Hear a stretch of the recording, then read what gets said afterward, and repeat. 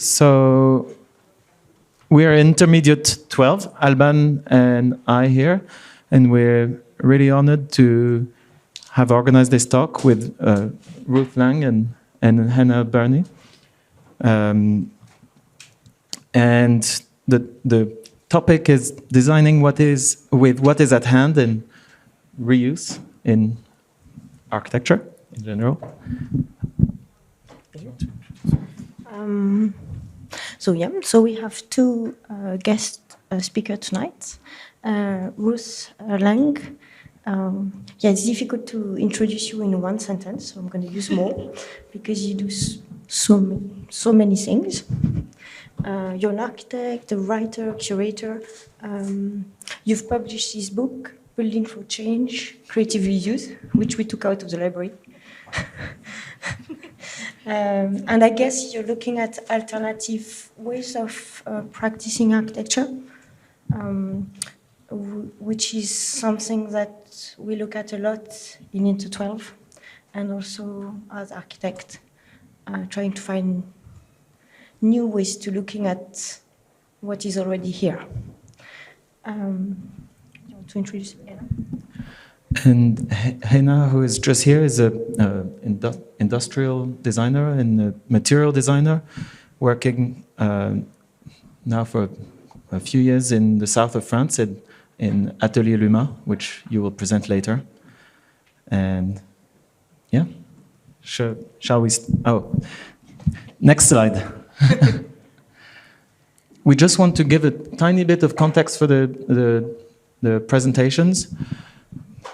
In this Climate Matters Week, we want to introduce with this book The Limits to Growth from 1972 as a kind of general context about resources on Earth, and it's especially the carrying capacity of Earth that we've known for a little while now.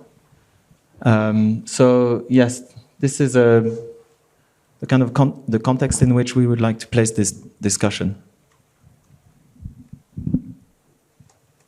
Yeah, great. So we're not going to talk about what we do as architects, experiment in reuse, but we think it's to be placed in that context when, since the 1980s, we've already reached capacity. Therefore, to work with what is already at hand or available, reusing spaces, sites, buildings, knowledge, materials. And we are using this opportunity also to let you know that we are working on a project, East London Material Hub, which might be a way to change the way we operate as architects and also contractors and clients and the rest of the construction industry. So we are looking for partners. So don't hesitate to get in touch after the talk if you think that's a good idea. So hello everybody, thank you Elliot for having me here tonight, and Albane as well. So tonight I want to talk about Atelier Luma. So I've been working there for almost 6 years. So Atelier Luma is a bioregional design lab. It's placed in Arles in the south of France.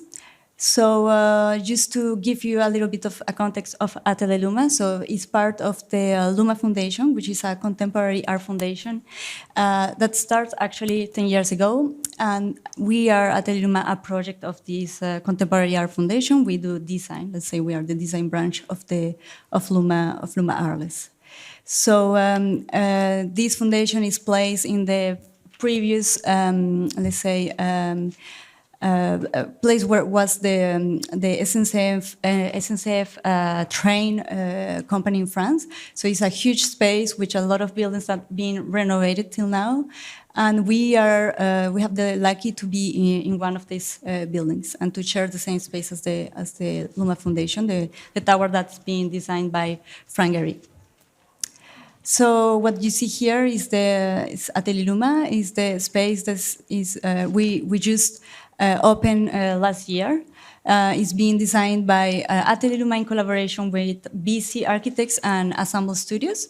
So our project was around using a lot of the research that we are being doing, and then implement a lot of the materials we have done. So it was really like a complementary discussion and brainstorming with them to design this building. With the idea to create like spaces that are really related to the development of the different materials. So yes, to get on what Atelier Luma is, this is a map of the region. So we are based on the south of France, where the Delta du Rhône is placed. So we have the three different landscapes. Is the Camargue, which is a wetland, like Ho, which is a more flat area, and we have the Alpilles, which is like a mountain space that gives us a lot of like different resources and different kind of materials. And then since 2016, our work is being like developing a methodology that we can apply in different spaces. So, in which we have find, connect, engage, and share. In which we start the different projects, finding meaning like the investigation side where we like find a material, like for example salt, and we start connecting. That means designing with that material, engaging, like trying to discover which kind of application we can have. We can apply salt, and sharing like the transmission part, like how to do workshops with the people, and then how can we share this experience. So we are a team of around like 30 people working at Atelier Luma, and we have all different kind of practices, architects, designers. We have people that is around social and politics science. So we have a team that is very complementary, and that makes us like have projects that are very diversified. So this is, you cannot see it very well maybe, but it's the diagram we made to show you which kind of materials we are being studying since 2016. So it's, we have, for example, the salt, rice straw, olive crops, and other materials that we were being investigating, and then making applications for our own building. As I say in the beginning, the Atelier Luma space is being designed by the material research we made, and then also we have the opportunity to integrate some of the materials in the Gary Tower. So this is another image of our new space, which is the low 8, we call it. And what you see there is the presentation space that is has these rice straw panels, and then we can show like the different things that we do every day. So yeah, so I wanted to introduce you 3 different projects. So the first one is with this approach to recontextualize. Sorry, so it is around salt. So salt is a very interesting material, as it is an abundant material in the south of France, as there's the salt fields in the Camargue region that has an industrial site. So this company, Salin de Giraud, is being there for 100 years almost, and being producing salt for industrial applications mostly. But and then as well to develop different kind of chemistry products, but it's been decreasing the economical input. So our idea was to see on how can we use this material differently, and find applications through design and architecture. So as I say, it's like it's the place of an industrial site, but it's as well a place that hosts a big biodiversity that depends on this industry to live. So we cannot say like if the salt industry closes, we are going to destroy as well the biodiversity. So it's, I mean, we were thinking like we need to preserve this biodiversity, also like finding new applications for salt. So this is, well, a picture of how it looks like, the salt ponds that have this very pink water due to a microorganism that lives there, that is the Duvillier salina. And then this place has a very high concentration of salt that allows the crystallization process, which is a natural process that consists only into a nucleation process, which the NaCl just is like a how do you say, like a sticks to the substrate and start growing as an onion almost. And then in 2017, we have this request from the Gary Tower that asked us to develop a salt wall cladding system using the crystallization process, and it was based on a material that was developed by Caroline Siebel, which is in the picture. So we want to create a salt material in like a very, very big, large quantity, and then our idea was really like how to create a process and a cycle to make a material with salt, which is not easy because there's no such an industry that crystallizes for you. You need to like create all the process from zero. So we discovered in the beginning, we were trying to kind of like produce crystals, but at the end, just submerging some materials like a substrate in the salt lakes. The crystals grow on there, and then it creates a very strong surface, 1 centimeter each side, and then it creates a really, really nice material, translucent, that was strong enough. So we just start like crystallizing different kind of supports, and then at the end we design this panel, which is a metal panel that we crystallize only during the summer, because it is only possible because of the crystallization process consists in the saturation level, and then more heat you have and more wind you have, you will crystallize faster. So this panel was, so as I said before, we create a system to crystallize all these panels in the water for 2 weeks, and then we create 4,600 panels to cover 500 square meters in the building, in the Gary Tower, next to the elevators. So the panel was already designed to have this cladding system that you need only to crystallize it in the water and then just hanging it in the wall. So we set kind of a little factory to create this kind of panels, in which we were like validating the panels, looking at the quality of the panels. As salt is very spontaneous, we cannot control how the crystals gonna grow into the panels. It's more like we let them there into the water and then we see how they are. We just can put like as I showed before, like control the size of the panels to create like a very, very net like surface, but the rest is just like the nature that creates the panels. So this is just a quick picture of how they look like nowadays in the building. But to give you another example of the applications of salt, I wanted to talk as well another property of salt, which is salt as an antibacterial material. So we did some tests in the lab, in the Atelier Luma, to see how amount of salt in a solution could avoid the bacteria development. So you see in the right, like a 40% of salt in the solution will really avoid the bacteria start growing there. So we work with a designer based in Paris that start looking at how to make a door handle with the salt. So we create different kind of designs to see how really to make a solid material with salt, as we are working with the crystallization process, which is kind of like a sea salt.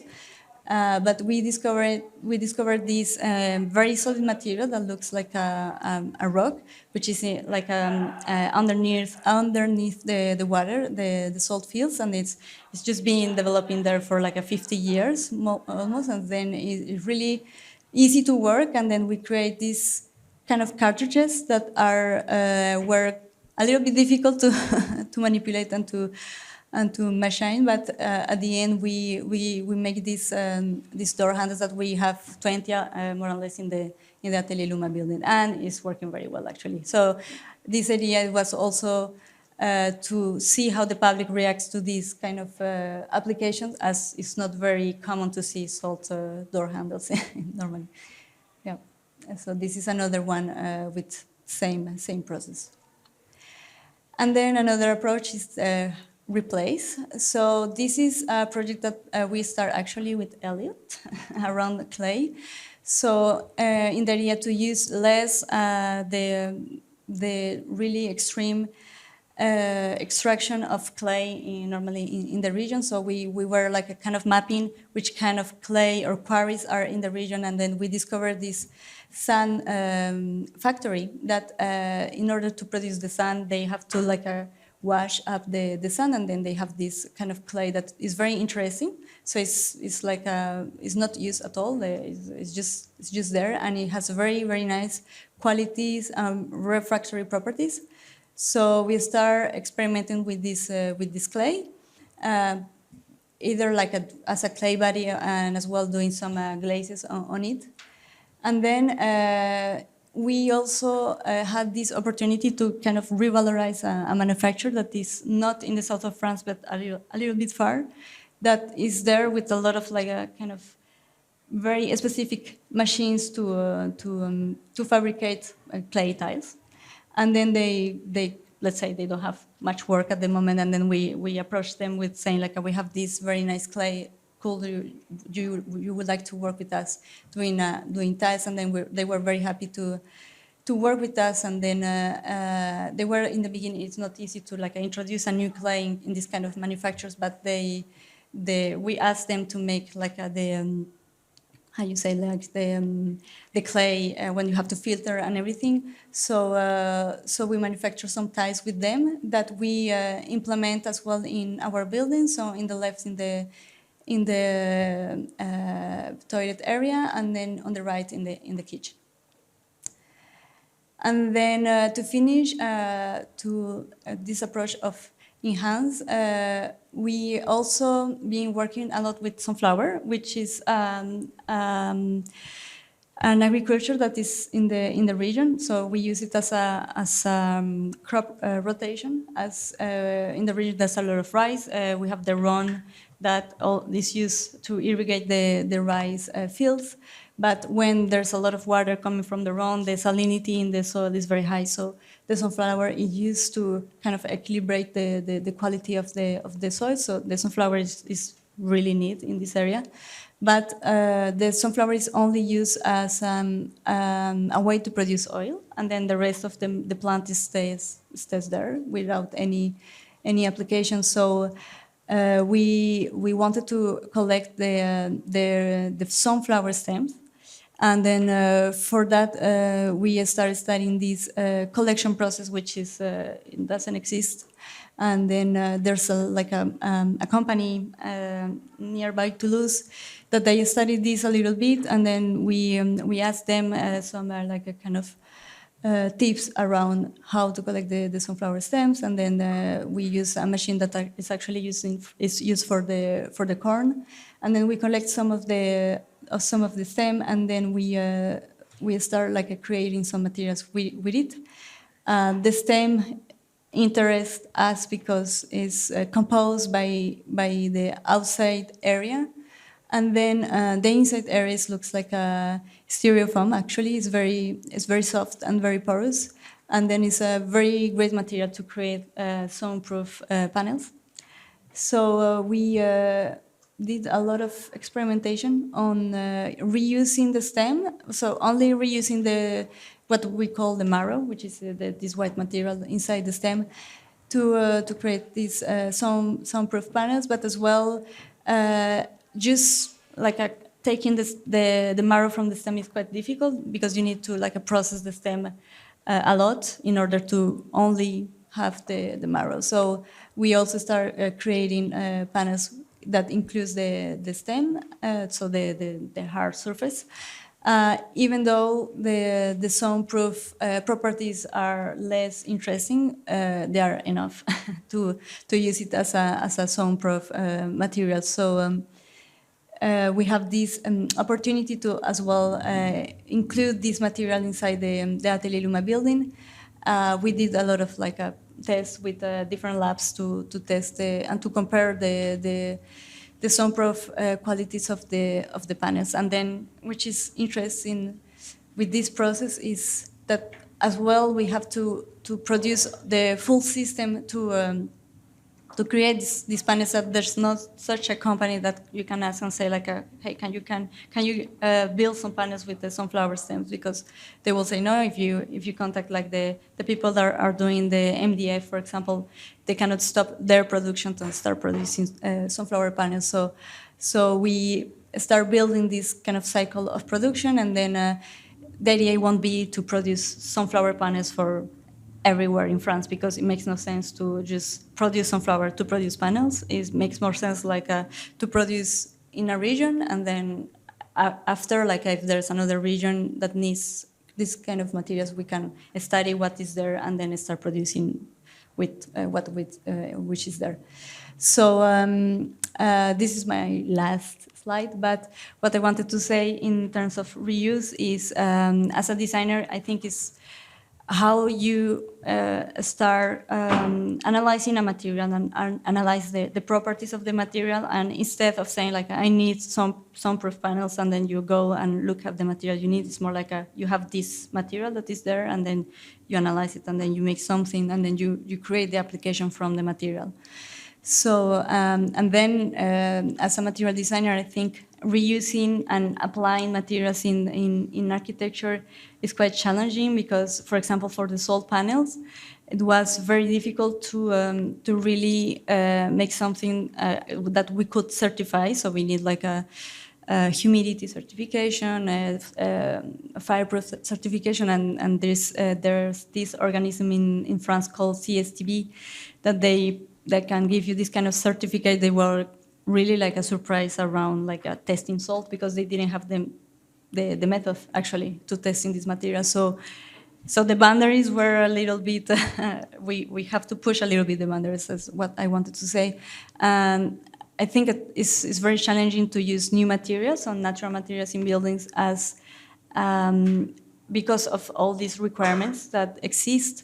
But I guess, and I wish like it will be more and more easy, and then because there's a lot that is happening today, and then it should be used really in in every kind of building. And I think is all I wanted to say. Yes. Thank you very much for the invite. I think it's such a great conversation to be having at the AA, especially after last night's launch of all the data about carbon footprints for the institution and as individuals. I think often we can feel like we're carrying a lot of guilt in terms of our sort of carbon expenditure. And as designers, it seems like a really fantastic challenge to kind of embrace the opportunities available to you to actually minimize your carbon footprint in the work that you do as well. And that actually, if you can embrace that, the impact that you're going to have for the planet and as a lasting legacy is going to be far more than the kind of guilt that you're carrying with you about using a plastic water bottle. So it's really exciting that you might be bringing a lot of these ideas to your work. I speak today as someone who is an architectural practitioner, but also like trying to support students who are on the cusp of going out into practice and thinking about like how they might challenge existing frameworks, as we're just talking about, that are often so presenting so many barriers to new forms and new ways of working. So also trying to look at these future challenges and speak to both an audience who is going to be receiving a lot of these projects in terms of clients, but also as designers about how we can change what we do in the future. And so one of the reasons I wrote the book that Albane so kindly plugged for me today was that it can feel like quite a daunting prospect to embrace reuse, that often we're waiting for like the perfect client to come along and say like, oh, please, could you reuse our building? We've got these materials we want to use. And actually that there is not going to be one holistic scheme that does that. But there are lots of individual opportunities at different scales. So at the scale of the material, the scale of the building, rethinking about how you might program a site, but also thinking about how you might be designing for future reuse as well, thinking about the afterlives of the materials we're using, which you set out in the book. But also, I think, sets a really strong agenda for some of the challenges that you'll be facing through your designs.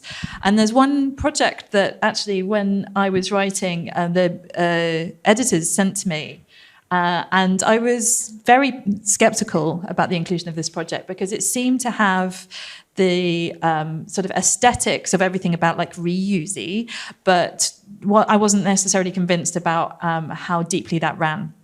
But actually, this project is one I talk about a lot because it exemplifies how reuse operates at different scales. And so the product designer, Lucas Munoz, was transforming this recording studio that's in the heart of Madrid, that's the Esperanza Theatre, and thinking about how it could be transformed into this new space, which was going to be like a restaurant, which sounds like a very sort of genteel project. But he used his agency as a designer to take it much deeper. And rather than just have this kind of aesthetic of reuse, thinking about how sustainability could be reinterpreted, not only in terms of like the ways that we use materials, but establishing a longer agenda. So looking at some aspects of this project, the pizza ovens that are used within the restaurant, heat, a water system which comes through these pipes that are coming down over the ovens to heat the whole building. They're reusing a lot of the strip lights that have been taken out of all the car parks around Madrid because they're being replaced. And they were working with craftsmen to transform them into something else, into these like much more fantastical chandeliers. And the reuse of materials, I think, is really obvious about the reuse of pipework, reuse of bricks, reuse of tiles that were actually stripped out of another building, and grey water recycling being at the heart of it. But the thing that for me is most exciting is the unseen aspects of reuse and the collaboration which went on behind the scenes to enable all of these kind of other strategies to be put into place.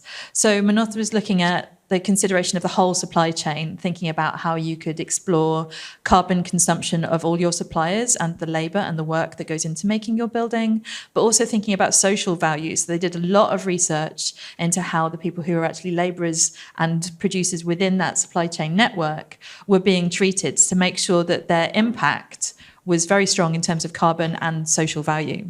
And so they were working with people who were previously excluded from the workforce, like quite a high degree of youth unemployment, that they managed to re-engage through this kind of much more experimental approach to construction. They had a lot of existing craftspeople in the local area whose crafts were seen as too traditional and kind of outdated, that they were able to find new applications for them in a way that kind of underpins initiatives like the European Green New Deal and the New European Bauhaus. So it's not just about the immediate impact, but also that project experience that these people have now got, that they're going and taking out into the world, means they've got a much stronger CV. And the other aspect was about like material innovation. So as a product designer, as you've seen, a lot of experimentation and working with different materials went into these projects where they were looking at other ways of using weaving, the neon tubing that was in those lights that were above the pizza ovens, as you can see on the bottom right-hand side, has been used with a glass blower to actually melt those into new forms. So they raise in value. So it's not just about recycling, and recycling tends to down cycle, so it's lesser value, but to actually upcycle in a way, so something is much more sought after as a result. And also thinking about waste products from this building. So a lot of the demolition waste was transformed. 1.8 tons of construction rubble was turned into this new kind of terrazzo that characterizes the interior, but also it has become another product that they can then sell. So things which would ordinarily you'd have to pay to take away were seen as a new opportunity to create something which had more of their kind of signature about it. So through embracing this challenge of material recycling, you also need to build an infrastructure, a social infrastructure, a material infrastructure, thinking about skills building and networks, collaborators and supply chains. And the output for this project is not just the restaurant they were able to produce, but also forms a really great test bed and a kind of like living catalogue for how these products might be used in the future. So it's no mistake that this requires greater collaboration and cross-disciplinary learning as well. You can't just stay blinkered within like your individual architect box. So it really challenges us as designers to think about the role of listening rather than telling, and input rather than output, that we're no longer dictating the way a project might go forward, but facilitating its ongoing development in a way that we don't necessarily know the outcome for. So for reuse, for me, definitely requires us to rethink and think about like what your project's opportunities are. What are the parameters? Thinking about like time and cost and certainty. Which ones of these can you actually push back against? for your clients, for your projects? What scale of reuse is possible? Is it the material scale? Is it a building? Is it thinking about its future legacy? And how can you challenge the brief? And one of the most generative projects for when I was writing the book was this scheme for Harrow Art Centre by DKCM, which had an initial brief to completely raise the site, make a blank site, make an icon building, the kind of dream project for any architect that you're waiting for that project ordinarily. But Christina Montero and David Knight, who run the practice, have a very strong philosophy at the heart about trying to minimize their environmental impact, to maximize their social value in their practice. But there was also this quote from John Cage, which I think it resonated quite well with them at the time, that there's no such thing as an empty space or empty time. There's always something to see, something to hear. In fact, as much as we may try to make a silence, we cannot. So for them, they thought the idea of making a blank site was an anathema. It would be uncreative to give themselves that blank canvas that we're taught to dream of. And they really wanted to work with the materials available to them. But in order to enable them to do that, they made a very strange argument, and one that you probably don't feel like you have to engage with as a designer. And they put together a spreadsheet. They figured out that through not having to decamp all of the art centre into porta cabins for a couple of years whilst they did the demolition and rebuilding work, they would save £1.2 million. And if you tell your client that, they're going to leap at the opportunity to do anything you tell them they need to do. So they managed to put together this strategy that was about financial value, because that's what their client needed to hear, in order to have the social and environmental value that was at the heart of their practice. So to engage with things which we don't necessarily think of within design. But it shifted the whole premise of the project. So the idea now is that they are extending the lifespan of the existing infrastructure, the existing material buildings that are there, and improving their performance. And there's this negotiation then through the new interventions that celebrates the existing structure and the contrast with the new insertions, thinking about how they are responding to each other, almost as if the existing building is a co-author, sort of helping guide what new developments might be within it. So shifting to the other scale, also thinking about like ideas of blank sites, this concept of future reuse and demountability, about how you can have a project legacy to pass on rather than just thinking about like what you inherit in terms of a project site, context and brief. So this project was for some urgent but temporary accommodation for 370 migrants who were arriving in the city. And the design started from the premise of taking the dimensions of a single raw sawn timber board to minimize waste, but also to expedite construction. So the less processing required, obviously the quicker you can build, and the more open the opportunities are for using that material in the future. So they built 230 of these individual prefabricated wooden modules, which would be appropriate for not only the use that they were thinking of using them at one time, but also thinking about how they would be reused for student housing and that they might be appropriate for hotels as well. And because they were able to be manufactured off-site, they were able to prefabricate these in one place whilst the foundations were built in another. So there was, again, a speeding up of construction, and that they could finish these in parallel, so they could be on site and inhabited much quicker. And they developed these as a module which could be very quickly unscrewed and demounted, so you wouldn't have to have noisy transformation work going on to transform the rooms, which vary from 2 to 8 rooms for different sized families, because you might have someone turning up on their own. They might have a family of, say, 8 children who are with them, about how these can be reconfigured without disrupting the lives of the other people around them. So there's this ongoing fluctuation that's built into the design. And they were designed in a way where the fire breaks and fire doors would enable conversion of kitchen spaces to become bedrooms as well. So they weren't locked in. So this idea about how you can build in flexibility and future use becomes really important to minimize wastage, but also maximize efficiency. So this was all built on wooden piles to minimize the impact of the kind of nutrients that go into the ground. One of the things that Michael Gove has pushed back in this country recently. So we don't have those kind of protections anymore about how the biodiversity of the area would be protected. But this was a particular project where the reuse of pile foundations mean it was a dry construction, so it avoids that kind of contamination to the surface water network, and also frees the process from the burden of recycling concrete in the dismantling phase as well. So again, you're just sort of putting in and taking out raw timber. So very careful sort of orchestration, thinking of not only the current project, but also how it would minimize its impact and return to parkland without unsettling or damaging the ecosystem that it was working in. So the idea was to disappear, and this is what drove the project, rather than to leave a mark, which seems to be like the historic view of architects, about how we leave our mark on the landscape, thinking about actually how we can minimize our impact. And that drove everything from the concept to the detailing, to the construction and the deconstruction phase, and also thinking about its future reuse, thinking about what we might pass on. Another big part about reuse is about repair. And again, avoiding seeing sites as being a tabula rasa, this blank canvas that's open for our whims, to kind of consider the sensitivities and explore what we can work with and enhance, rather than completely subsume to a new image. And I think it's really important that we do adopt this process of ongoing care and maintenance, as care to the environment, whether that's built environment or our natural environment, but also thinking about the immediate building project and the legacy impact to future generations that you'll be passing on, even beyond your generation as well. And the Caritas Psychiatric Centre on the outskirts of Melle in Belgium by DVVT Architecten. I think I really enjoy the aesthetics of this, but it's not just the aesthetics that are part of this project. It's not this one moment in time that pleases me, that is something which drove the architectural response to the brief. They actually developed a series of strategies for repair that were written into the design and devolved control to the end user in a way that it could keep moving and developing over time.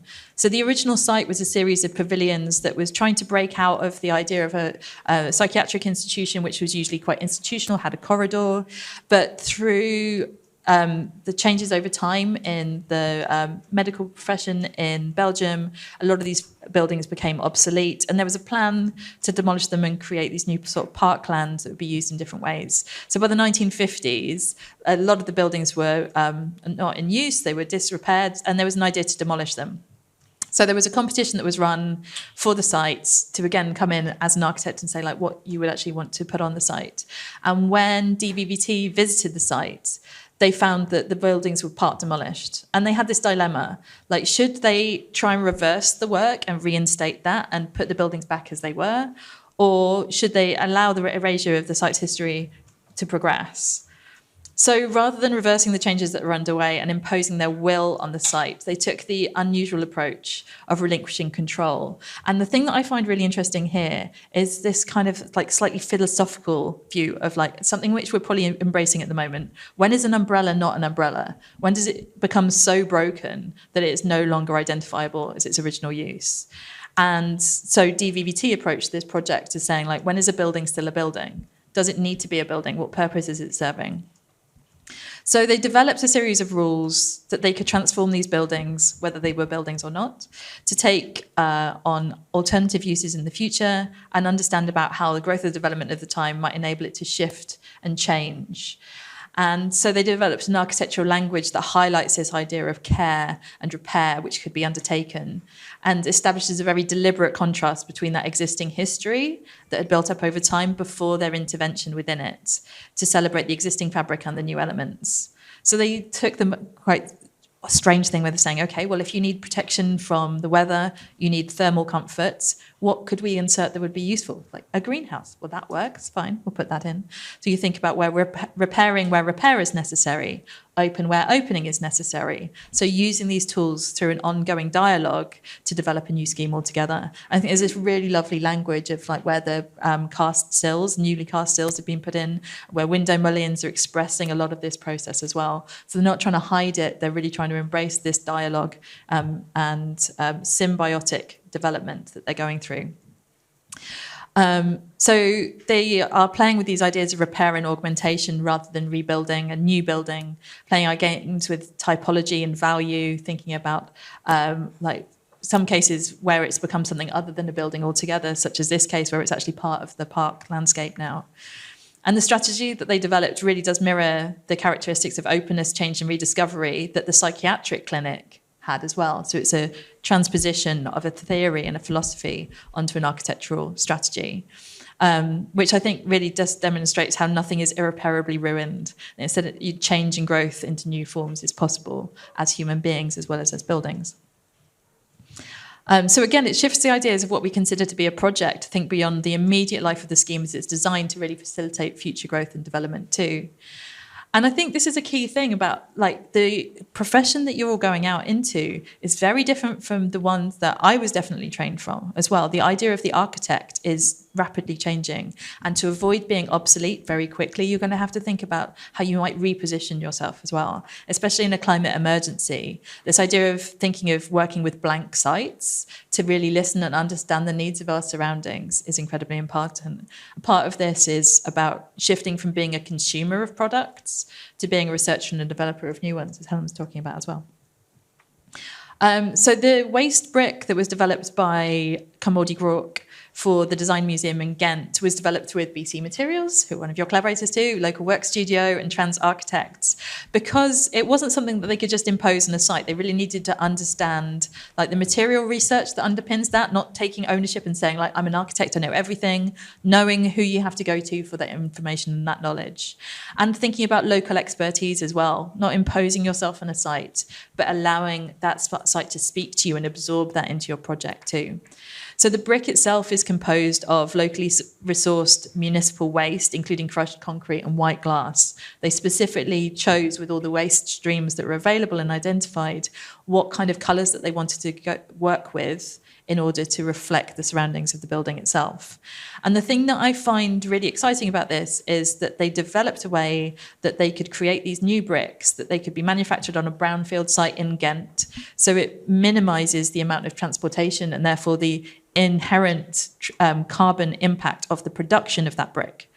And it also means that it's not being toxic to its surroundings as well. So it's lime cured rather than fired, which means that it can be done in close proximity to where you've got residential areas. It gains strength from the carbonation because of the lime curing, and it sequesters carbon dioxide from the atmosphere as the bricks cure as well. So it's low carbon not only in the material and the way it's sequestering carbon, but also in the lack of transport required for its production. So rather than shipping things halfway around the world and thinking about, is there a better way of doing that? Why not find a way of producing bricks on site, which also creates a great locality as well. So it's about a third of the carbon of a normal fired brick from Belgium as well. And they've taken this strategy and they're developing it with us in one of my roles at the Future Observatory at the Design Museum, thinking about how other forms of waste, so coastal waste, oyster shells can be used to help make new sea defences, and that similar strategies can be adapted and redeployed across the whole of the UK, the whole of the world. So once you have that strategy, kind of really thinking about the other products that you would create. But to do so, they also have to help challenge the regulatory frameworks which hinder their adoption: testing, certification, and regulation. The first two documents that are outlined here were authored in the 1990s, and they have a virgin material focus, so they're definitely privileging the idea of the consumption of materials, and they're for cementitious mortars only, so cement rather than lime. And so there's a carbon impact that is written into a lot of this legislation and the regulations around materials, which we are going to have to shift as well. So it's not just about the production, but thinking about those frameworks within which we're operating. So thinking about the development and awareness and adoption of new codes and what our agency is within that system to help it become the norm. And although it's not a scheme which has reuse as part of it, Clark and Well-Close really provided a good test bed for group work to consider this as well. And a lot of the lessons that came out of this project was the need to challenge accepted forms of practice, to learn and to observe experts that you'll be collaborating with, but also appreciate that the way that we work now is a suggested way of working and not a gospel that cannot be challenged. So always asking questions to your consultants. So thinking about how different forms of construction might gain traction in the future is going to require us to keep challenging and pushing further. And so a lot of the work they did was about working with their QS, thinking about the different costs of using different materials, the fact that it's a self-finishing material, it doesn't need to be clad, so therefore doesn't need the fixings for the cladding and doesn't need the other extra layers for waterproofing and insulation. It takes out not only the carbon footprint of a lot of those build-ups, but also thinking about how that impacts on the cost of a project. And a lot of quantity surveyors won't take that into account. They have to be sort of nudged, like, what have you taken out just because you shifted that material? Stone is more expensive, yes, but steel and steel cladding and insulation and all the fixings and the gaskets and everything else that holds it all together is going to add up to much more money. So keep, again, asking questions and making sure that it has been thoroughly thought through. And there's a whole preconception as well about how, the cost of the structure, but also the cost and the value, rather than the cost of the units they were producing, the residences. The flats were being sold through an estate agent who said, you've got these timber finishes on the inside. We're going to have to sell them for less money because people aren't going to want that. They're going to want to come in and decorate, and they're going to want to take that into account. So they'll push the price down. And what they found was the moment people stepped into those flats, they would pay a premium for the fact that it was so unusual, it was so well designed. And so there are so many things which we have to nudge at and push at and embrace and engage with if we are to get full system change, which does seem really daunting. But it does also mean that we have to build these opportunities for greater research. In an academic institution like this, you have a great gift to be able to push at these boundaries of a project, to think about how material research might be undertaken, about how you might look into alternative strategies, and this kind of research and analysis can underpin your schemes. But keep using that when you go out as well and try and make space and build arguments for how this might be taken forwards. And I think part of that is really thinking about not just the immediate site, like that red line boundary that you might be given. And everyone's always saying, where is the site? Well, also, what is surrounding the site as well? Thinking about that locality as you have done in Numa, but also as Carmody Grok and local works have for this diagram as well. Looking at the values of a project, thinking about the financial values and the carbon values, but also like DKCM, thinking about the condition of the existing buildings and therefore what forms a resource that you might be calling upon. So I really believe that the future of practice that you're going out into is going to require us to challenge these existing frameworks, but to adopt new roles and positions, thinking about how we might generate new forms of practice and develop a future of practice that instead is going to be built on listening, research, and collaboration. Good luck. When you talk about it's just because at lunchtime we were talking with someone about who was coming to talk this week, and they were saying maybe there are too many architects, too many designers, and there aren't enough scientists or sociologists coming. And you talked a lot about the collaborative aspect, and I know you've also worked with scientists. It's just I'm on the side of the designers on this one. I disagreed with the person because I just feel like you can bring so much imagination with collaborating with scientists. You can allow other people, clients, the general public, to imagine other possible futures. I just wondered what you thought about this collaborative aspect and what you think designers can bring. Yeah, I think it's a very important aspect. Like a designer cannot work just by his own and then just do material research, because as a designer you don't have enough knowledge, let's say, to develop something that it can work. As you say, we work a lot with different people, not only scientists but also farmers, like the people that works in the salt fields. They have the knowledge on how to produce the salt, so we really learn a lot about them. And I think as a designer, we are there to make these connections, actually. We are kind of moderating the communication between different people and bring something together. So it's really a collaborative work, actually. I think There's also something about how creativity comes and innovation comes from not looking for answers in the same places.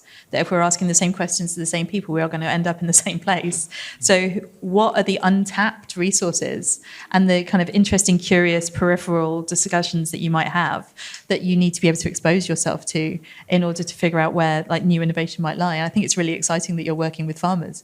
But how did that come about in the first place?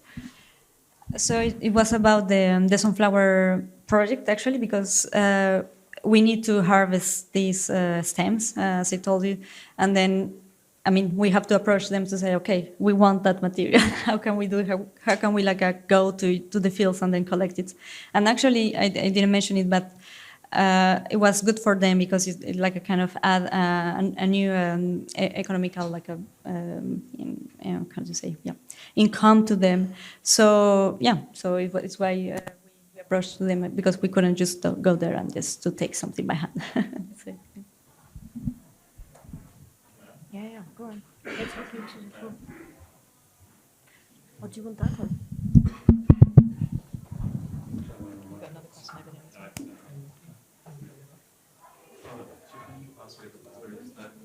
One of the other ones.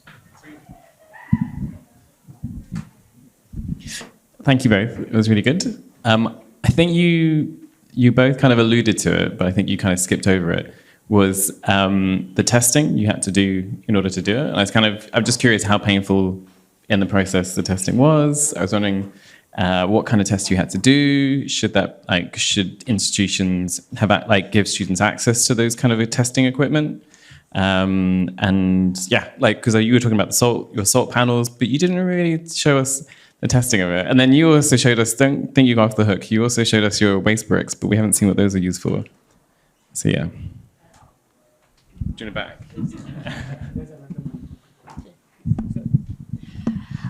This is something that I find endlessly fascinating because at the moment that a point of innovation is going to have to adhere to an existing framework. So there are certain things, especially under the new Building Safety Act, that we need to comply with and we need to demonstrate compliance with. But I think there's also new opportunities where we say, is that fit for purpose? So a lot of biomaterials at the moment obviously are being excluded through the Building Safety Act because of Grenfell, even though Grenfell wasn't caused by biomaterials. So there's something about how we need to engage with that kind of rigor and to gain confidence, because otherwise it's just not going to gain traction in practices in projects. You're going to have to get the backing from things like mortgage providers and funders who want to know that they're not investing in a building which is going to be a risk in any way or that is going to have health and safety effects, that you're going to have to find ways of mitigating that. But that's also a really exciting challenge. How can you have something which is so new, which has the salt panels just so beautiful, but you know that it's not going to just fracture in the future? To be able to have that confidence in what you've designed. I think I'm definitely avoiding the question. But there are different frameworks that we have to be aware of, and obviously that comes down to the different materials that you're using. So for me, it's a two-phase thing that, yes, we definitely need to have the ability to test those materials rather than have it as an aspiration. Otherwise, it's never going to gain traction. There is a real problem at the moment there's a testing backlog because of the building research establishment being privatized rather than nationalized, which has then created something which is a sort of a monetizable testing system, whereas actually we need to nationalize one where we can take control of it, because there's so many things we need to get through at the moment in order to help reduce carbon in a carbon emergency, climate emergency, and that there's also those frameworks need to change. So if we're going to export materials to the EU, we need to be able to align with building codes. There's some great work that's been done by Duncan Baker-Brown of Baker-Brown Studio on waste reuse and about how that sets new building codes as well. So if you really want to go into it, there's a whole new wealth of information that you can delve into. But yeah, it's definitely something we need to engage with and not see as being outside of our education. Yeah, concerning the salt panels, we didn't have another choice. It was imposed. You cannot just install something in the building without certificating. Because of the public, it's a space everybody needs working. It's in the 9th floors of the building, so you can kind of attach it directly. There's no a barrier in between you and the panel. So they were very afraid about what happened is someone is just like going into the panel, so like is the panels are going to dissolve with the time, because salt is quite sensitive to humidity. So actually, after this requirement of having this kind of certification that is called ATEX, which is more like an artistic project. Actually, it was the easiest way to certificate the panels. It was a list of different tests, like a fireproof, humidity, chalk test. I think we did these 3 ones, and then in the beginning, for the humidity one, for example, we wanted to cover the panels with a coating, but actually, it's very hard to find something like have no color, is biodegradable, is fireproof. So we were testing some different things, and at the end, the panels were more have less impact on humidity when they didn't have any coating, actually. So that was quite good for us. But I mean, as I said, there's no method on testing salt in this kind of like organisms. So we need to base the certification on other materials. In this case, was cladding, like a plaster material. I think that they decide to use as a reference. So it's how it came to the salt panels. But for the rest of the materials, of course, the soundproof of the panels, sunflower panels, we really wanted to test what happens in terms of the sound. So we just approach labs that they do this kind of works, and then at the end, we have some results and some data that is it's good to start building, actually. Can we take one last question, please?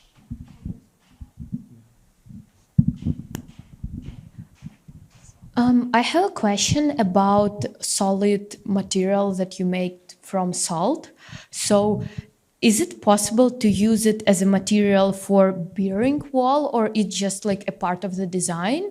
And another question I have about sun panels, do they have some pluses, for example, that they are good heat conductors, or as you mentioned before, sound, or they are also more just like design material?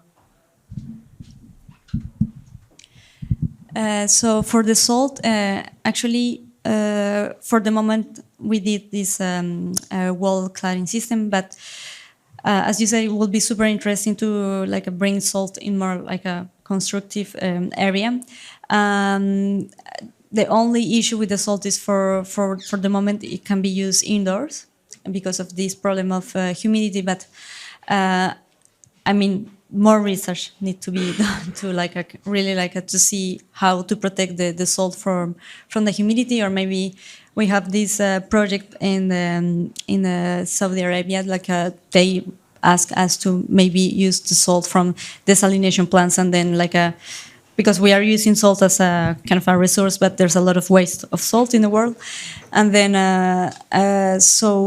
we start making some tests, compressing the salt to make something solid. And actually, it's quite easy to solidify the salt, and then also using other kind of products to make kind of an internal crystallization that will